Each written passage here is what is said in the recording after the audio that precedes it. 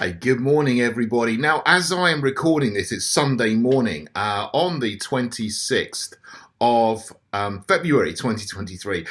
This weekend in the UK has been a huge weekend of protests. I know of at least 6 different protests that are going on about various things, and I would have been at all of them if I hadn't already had something else planned this weekend. So I know there was a big protest in South London against drag queen story time when somebody dresses up in some kind of clothes of the opposite gender and reads a story to children and promotes the alphabet agenda.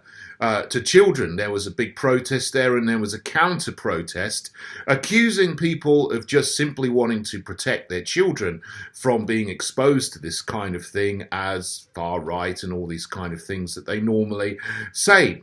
I know of 2 protests yesterday against the migrant hotels in Newquay and in Skegness, because of course we now have over 100,000 military-aged men staying in hotels around the country.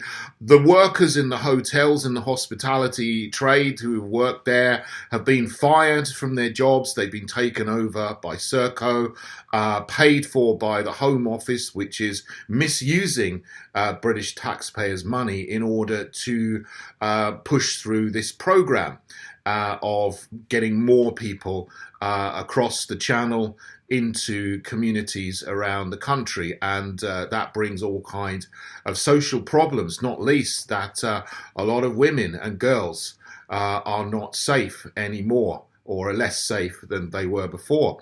There was a big protest I know about in Trafalgar Square in the centre of London against the ULEZ, the ultra-low emission zone that Sadiq Khan is bringing in over the whole of Greater London. It was bad enough in bringing it to the north and south circular zones. Now he's going to bring it to the whole of London. People don't want it. People didn't want it then. People don't want it now. And it's going to charge people £12.50 a day if they have an older car. And the people who are most going to be hurt by this are poorer people who need to use a car to get to work, or business people who don't have thousands and thousands of pounds of spare cash in order to get a new vehicle to be able to travel in this zone without being charged, who are then going to lose business. Or they're going to have to pay the charge, which is exorbitant, and that's obviously going to eat into their profits, and it is going to make life very difficult for business people, especially sole traders and small businesses, to carry on their business. It's going to very much harm those smaller businesses who are struggling to survive. Of course, the large corporations love it, because they will take up the market share of the small businesses who are forced to go out of business by this so-called Labour mayor, who doesn't particularly care about the struggling labouring man. Labour has long ago abandoned the labouring man. There was another event, I believe, in London as well, against the Ukraine conflict and against escalating the Ukraine conflict. George Galloway was speaking at that. As I've said, there's only 2 party political leaders in the UK who are against escalating war in Ukraine. I'm one. George Galloway is the other. Now, we're on different ends of the political spectrum, if you like, but we will both agree that it's absolutely crazy to continue escalating this conflict, which could lead to a nuclear exchange. And if that happens, there is no winner. Everybody loses. So stop escalating this situation. Grow up and end the fighting and the killing. And there's another protest, I believe, today those ones I mentioned happen on Saturday, but there's another one going on today that I've heard about in Cambridge, where the local council wants to bring in LTNs, that, you know, the kind of thing that have been implemented across London, across the country, where they block off neighbourhoods with big barriers and planters, and again, just stop people from driving around their own city in the way that they used to be able to do before, without either being charged for it, or, you know, just actually blocking roads off with big plant pots and barriers so they can't get through, including emergency vehicles who then need to go through more. Excuse me, I'm going to sneeze. Sorry. I don't know if I'll edit that or not. I will if I can. Anyway, back to Cambridge. The council is going to try to bring in these LTNs, and they'll block off roads and emergency vehicles, as I was saying. These affect emergency vehicles like ambulances and fire engines who can't get through in an emergency, because if the road is actually blocked with a big plant pot in the middle, you know, to stop cars going through, well, an emergency vehicle is even bigger. It can't get through. And so they will need more time to get to a house that's on fire, or a person who needs emergency medical care and might be dead by the time the ambulance gets there. This is what these LTNs, low traffic neighbourhoods, so-called, are doing. And so, you know, I support the protesters there against the implementation of these LTNs, as I support all of the people who were out protesting at these events, or attending the events and listening to the speeches for all of those different causes. I've never known there being so many protests going on, but, you know, it's like this country, and, you know, all over the West, countries all over the West are being attacked on multiple fronts at the same time by their own governments. This is what's happening. So people are going out and expressing their dissatisfaction with what's going on, and the requirement for the governments to change course on all of these issues. Will they change course? Probably not, because they are all signed up to the agendas of the powers that be in the World Economic Forum, the United Nations, NATO, the World Health Organization, the C40 Cities Network, the Strong Cities Network, and the Bank of International Settlements, and the World Bank, and these globalist organizations which seem to dictate to their puppets in national governments what to do. And they act against the wishes and the interests of the people in the United Kingdom and other countries around the world. So this is what's going on. I was never involved in street political protesting until about 3 years ago, when the lockdowns happened. And, you know, I've been to almost every freedom protest in London against lockdowns, against injections, against forced injections, and against continuing those things. Now, there are people who are suffering from injuries from these things. Now, sadly, I wasn't at any of those protests this weekend, but I was at a Heritage Party event, which was pre-planned a long time ago. So I was up in Rochester, and I think what we were doing there in the Heritage Party Kent branch, there were people from other places in the country as well, but it was mainly the Kent branch that was organising this event yesterday of the Heritage Party. And, you know, it goes along with what the protests were about yesterday, about all these different things, because we support all of the different things that they were protesting for and speaking about on the streets. We just want to restore our nation and restore common sense and sanity to our nation, and stop the way that our government is attacking the fabric of our society. And the way we want to do that in the Heritage Party is to build a political party that is on the side of the people, that is going to restore freedom, that is going to stop these traffic blockages, that is going to stop sending money to escalate a conflict that could end in nuclear war, that is going to stop mass immigration of people that you don't know who they are coming to the country illegally, many of them with criminal records and who act with criminality when they get here. We want to stop that, and we can stop that from happening. It can be stopped in a day. if someone had the political will with a couple of grappling hooks to just put on the dinghies and tow them back to France. Not expensive, not difficult, but nobody seems to have the will to do that. So what we want to do as a political party, of course, is to stand candidates, both in local elections and the national elections. And there were a number of candidates at our event yesterday who are going to be standing around Kent and other places on the 4th of May this year. So I will put up the speeches now. I'm going to stop talking and I'm going to add them onto the end of this video so you can see what I said yesterday. But it wasn't just me. There are a couple of other people speaking that I'm very happy to introduce in this video, and I'll put their speeches up as well on social media, who are Eloise Schultz, who is our young adult spokesman, and also Vicky Parker, who is now Councillor Vicky Parker. Congratulations to her on just recently becoming a councillor in Kent, and we'll be standing again on the 4th of May. So you'll see them after my speech if you listen to the end, and I hope you enjoy what we said there at in Rochester yesterday. Okay, thanks for listening, everyone. Super. So welcome to the Kent Heritage Party meet today. I'd just like to introduce David Curtin for the first talk. Here's David Curtin. Great. Thank you, Vicky. Well, lovely to see you all here today. Welcome to our first Kent Party open meeting. Actually, no, it was our second one, because we had a meeting a few weeks ago down in Canterbury. So it's really nice to be back here again in Rochester today. So thanks all for coming. I guess, you're here at the moment because we've got local elections coming up. So I'm doing a lot to prepare people who want to be candidates for local elections at the moment.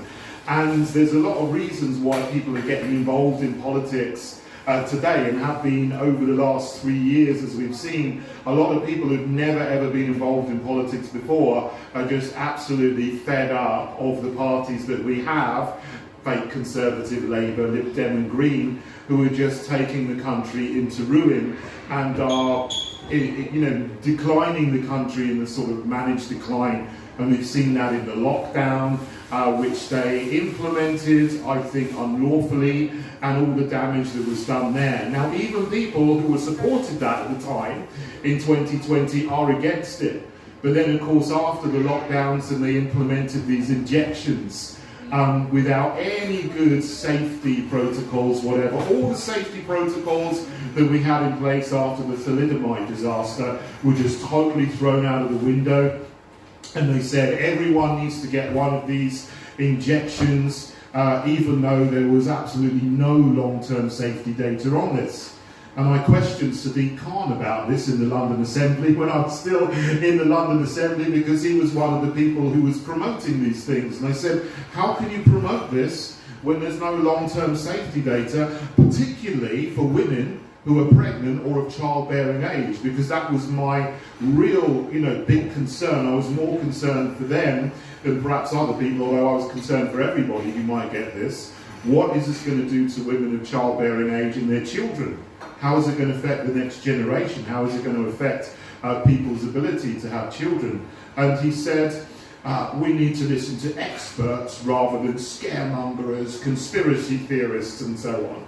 That was his answer to me. Just tried to humiliate me in front of the London Assembly. But now, of course, things are coming out where these injections are being shown not to be safe and not to be effective. And we see all the tragedies, the terrible tragedies that have affected individuals all over the place in this country and around the world. Now, just one thing, of course, the latest thing is the escalation of war in Ukraine. And I've been against escalating war from the very beginning, and against what is being promoted here. And it's 1 year since that happened, and of course yesterday Rishi Sunak called for a minute's silence after pledging tanks and planes to go to Ukraine to escalate the war more. And this is something that could have just been not done, completely stopped, that we shouldn't have got involved in. And the effect of this on everyday people's lives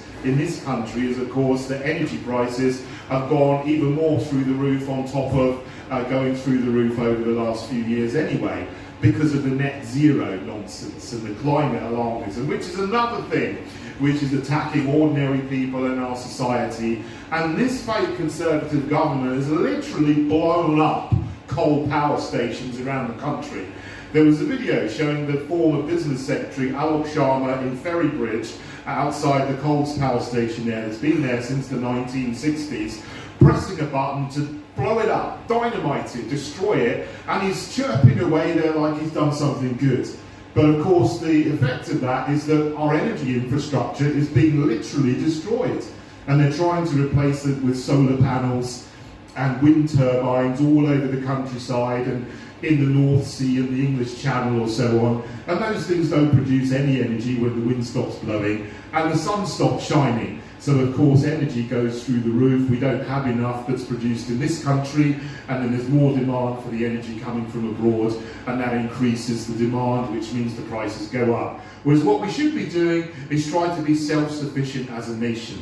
Self-sufficient in energy, self-sufficient in food if possible, self-sufficient in skills, and make sure our children have the education they need in order to survive and thrive in their future, rather than teaching them about what pronouns they need to use to appease the LGBTQIAPPP2SG lobby, who seem to be have the ear of all the parties and seem to be getting their ideologies and agendas put everywhere, whether it's schools, universities, businesses, media, and so on. So there's all these different issues that are running our country down. You can probably think of many more. The immigration issue is something I haven't mentioned yet, but that's something which is a big issue in Kent, because the boats are landing in Dover with nearly 100,000 military-aged men being brought into the country over the last 3 years on boats, and who knows how many more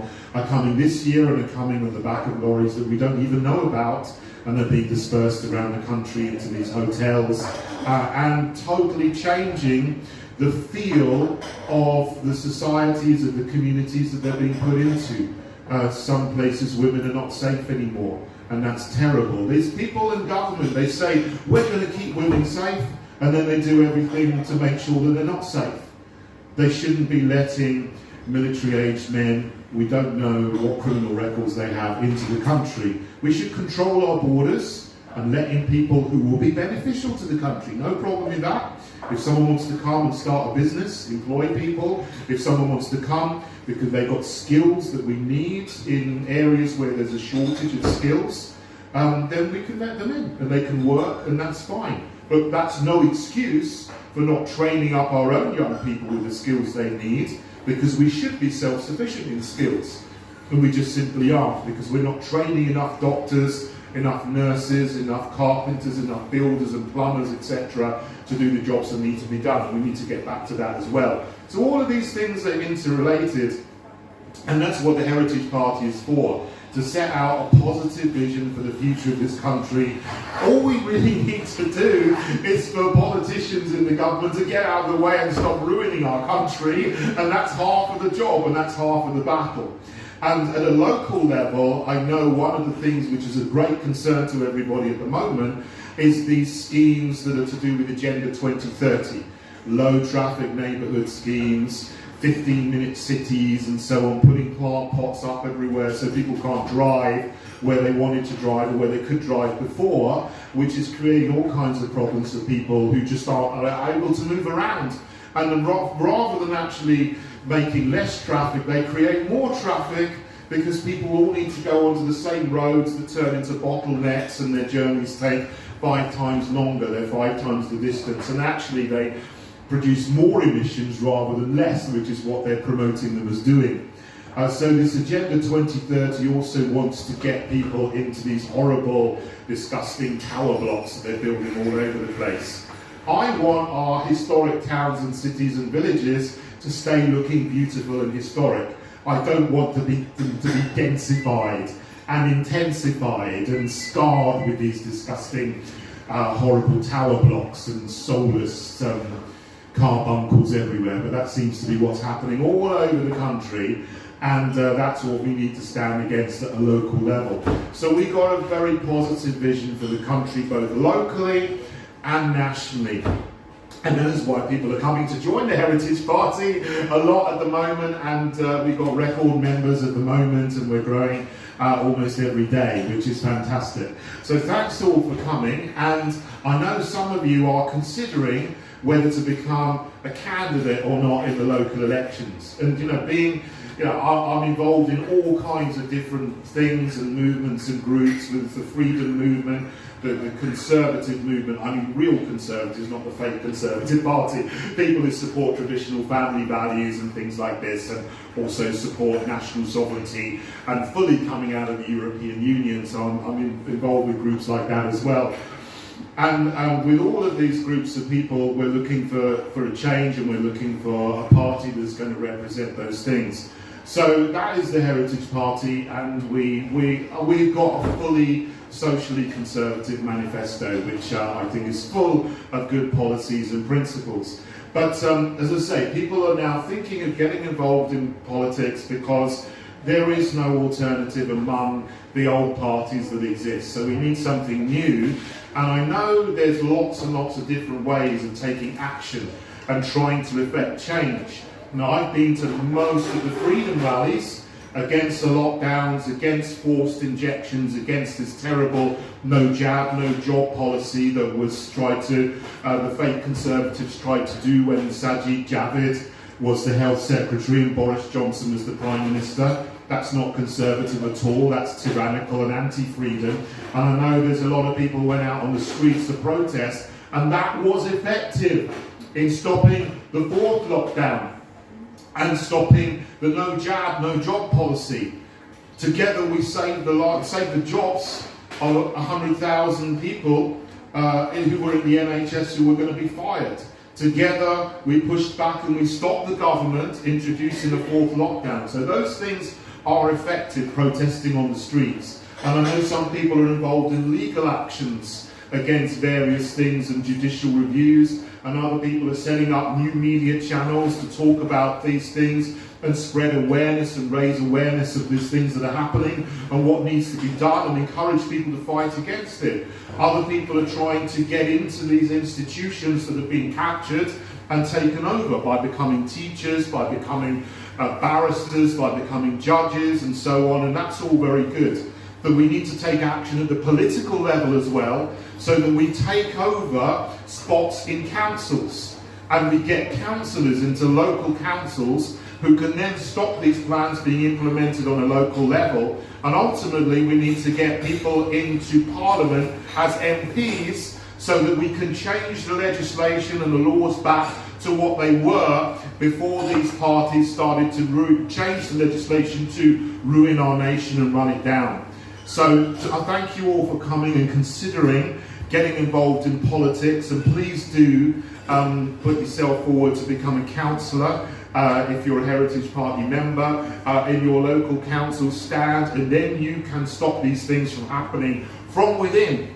So then we don't need to protest against 15-minute neighbourhoods because the council won't implement them in the first place. And that's the level of action that we're taking as a political party, which I think is harmonious with all the other different types of action that people are taking on the streets and actually getting into jobs where they can make a difference. So thanks for coming, thanks for listening, and if you want to know more, please come and see me afterwards and I'll help you on the process to do that. So thanks everybody. Okay, so Vicky, I think you're coming to speak next, is that right? Or is it Eloise coming next? Okay, sorry, okay, there you go.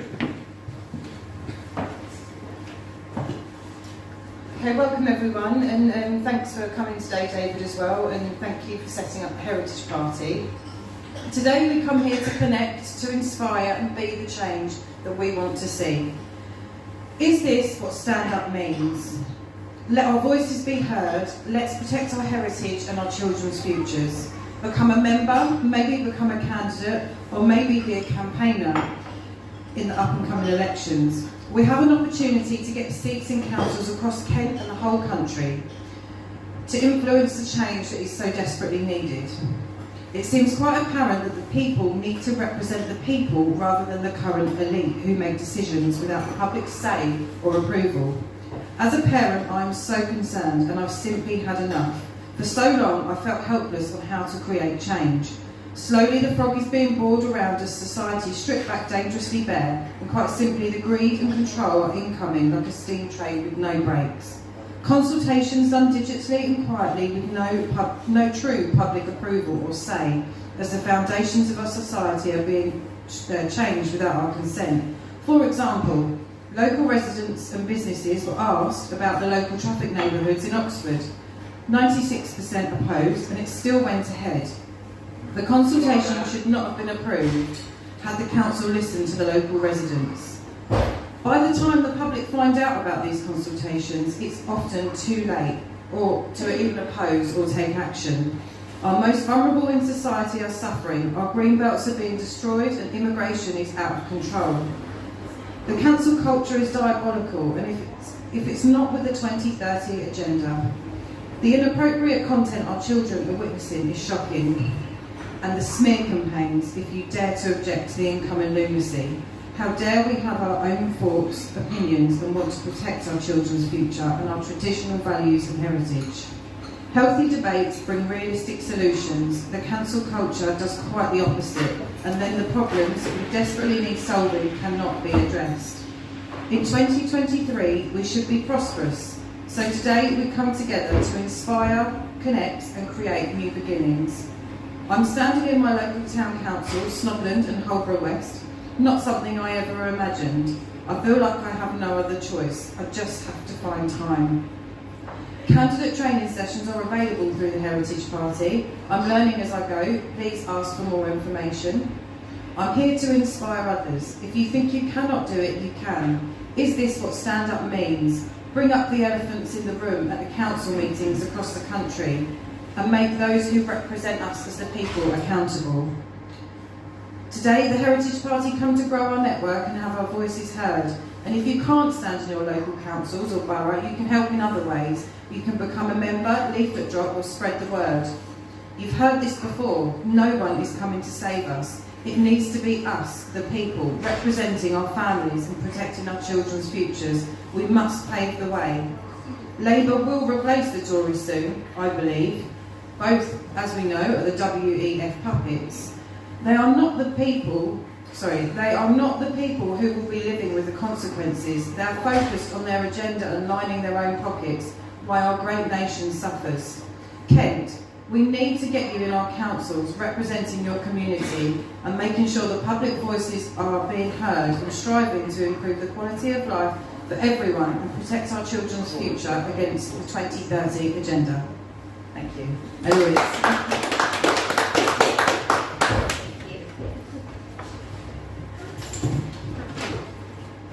Okay, thank you. Hello everyone. For those of you who don't know me, my name is Eloise Schultz. I'm the young adult spokesman for the party, and I just wanted to talk today about why I joined the party and why and my experience volunteering for the Heritage Party. So I first met David at a meeting in Malden over a year ago now, I believe, and that's where I met Ben Downton, who was running as MP in Southend West. And that's my first experience volunteering for the party. I helped out on that campaign. The first thing we did was get 10 nominating signatures. We were out there in the rain in Leigh-on-Sea, and it took us under an hour because people were so keen for someone to run who wasn't a mainstream party candidate. Even if they'd never heard of us before, they just said, well, if you're not Little Con, you can absolutely run. And so that was really, really encouraging. We then had a few days of leafleting, knocking on doors, and I have to say they took some stamina because you can knock on 10 or 15 doors before even one person is interested in talking to you. But it really was great to get the message out there, get people thinking about the Heritage Party, and also to hear how they were feeling about the political landscape. and, you know, listen to their concerns. Yeah, another thing that was really good about that campaign was that I got to go and see the vote count at the end of it, which was a really interesting night, and it was a really positive experience to see our democracy in action. Which brings me to why I am passionate about being the young adult spokesman for the party. Young people in this country have been let down time and again by the government, by the opposition, and by predatory groups like Stonewall, BLM, and Extinction Rebellion. These organisations take young people's frustration with the government and cannibalise it to manipulate us into aggressively furthering the globalist agenda.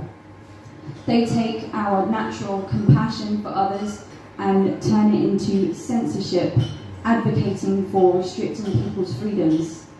And they take our innate desire to treat others with respect and turn it into forcing us to stay silent as men invade women's spaces and take away women's achievements. And we are not allowed to say no. They take our natural concern to look after the green spaces around us and turn it into stopping people driving to their jobs. Meanwhile, Davos attendees fly there on their private jets. The Heritage Party will encourage young people to work, to be independent, autonomous and free-thinking. And because of that, I believe that the Heritage Party can begin to restore young people's faith in democracy. And it is vital that we do so, because the dangers of the popularity of cultural Marxism are becoming substantial. Young people are naively turning to these extreme left-wing views, especially among indoctrinated university students. And this is partly because, unlike our parents and grandparents, we never experienced the devastating real-world consequences of socialism in social communism in Europe, dictatorships in Europe. And they seem to give up. However, I asked my friends why they don't vote. They say it doesn't make any difference. At the moment, it's possible they're right. As we've been saying, the Black Con are all puppets of the same masters. And that is why the local elections are a massive opportunity for the Heritage Party, as well as for young people. We need as many people as possible to stand for the Heritage Party and give people an option to vote outside of the mainstream. To give people the option to make their voice count. I'm personally running in my ward as a candidate for the Heritage Party, and although I've never done it before, the candidate training meetings led by David and the resources that I've been offered are giving me all the information I need. So the only thing left to feel is excitement at the opportunity. If anyone here is considering standing as a candidate in the local elections, I would love to speak to you about that and answer any questions, and I know that Vicky and David will as well. So thank you so much for listening to me. I hope everyone's having a great day so far, and I'll hand this back over to Vicky, and I'll just say thank you for organising this amazing event.